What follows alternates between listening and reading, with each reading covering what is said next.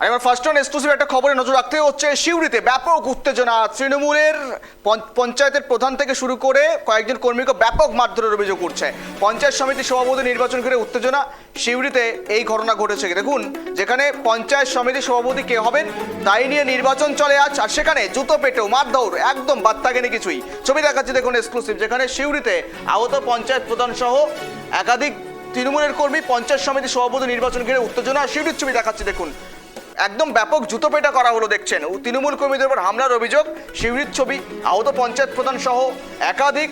সিউড়িতে পঞ্চায়েত সমিতির সভাপতি নির্বাচনকে ঘিরে ব্যাপক উত্তেজনা এবং সেখানেই ঘটে গেল এই ঘটনা, যেখানে এই সংঘর্ষে জড়িয়ে পড়লো দুপক্ষ, এমনকি ব্যাপক মারধর দেওয়া হলো।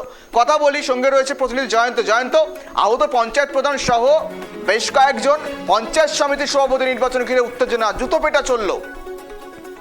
একেবারে তুমি যেমনটা বল, সিউড়ি 1 নম্বর ব্লকে অফিসের চত্বরেই কিন্তু এই উত্তেজনা চলছে। তোমাকে জানিয়ে রাখি, রাজ্যে পালা বদলের পর পঞ্চায়েত সমিতির যিনি সভাপতি ছিলেন ইন্দ্রজিৎ মন্ডল, তিনি কিন্তু পদত্যাগ করেন। আজকে কিন্তু নতুন করে সভাপতি নির্বাচন দিন ধার্য হচ্ছে। সেই কারণেই কিন্তু দুই পক্ষের তরফ থেকে কিন্তু সেখানে এসে যারা রয়েছেন পঞ্চায়েতের প্রধান থেকে শুরু করে তারা কিন্তু উপস্থিত হন। ইতিমধ্যেই তোমার জানিয়ে রাখি, মল্লিকপুর পঞ্চায়েতের প্রধান সুবল দত্ত এবং তৃণমূল পঞ্চায়েত সমিতির সদস্য যিনি ভাই রয়েছেন বিপদ তরণ, তারাও কিন্তু এখানে উপস্থিত হন।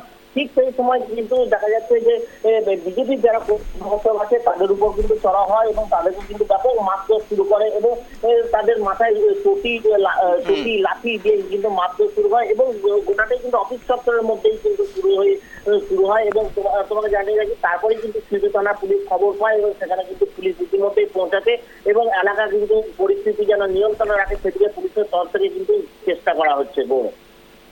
কিন্তু এখনো পর্যন্ত পরিস্থিতি স্বাভাবিক রয়েছে।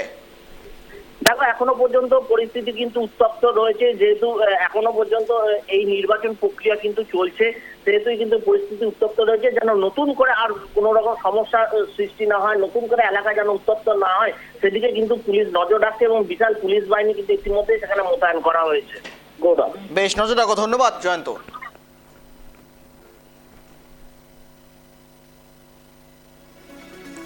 দেখুন, ছবি দেখালাম তৃণমূল কর্মীদের উপর হামলার অভিযোগ। মূলত পঞ্চায়েত সমিতির সভাপতি নির্বাচন আজ এবং সেখানেই উত্তেজনা ছড়িয়ে পড়ে।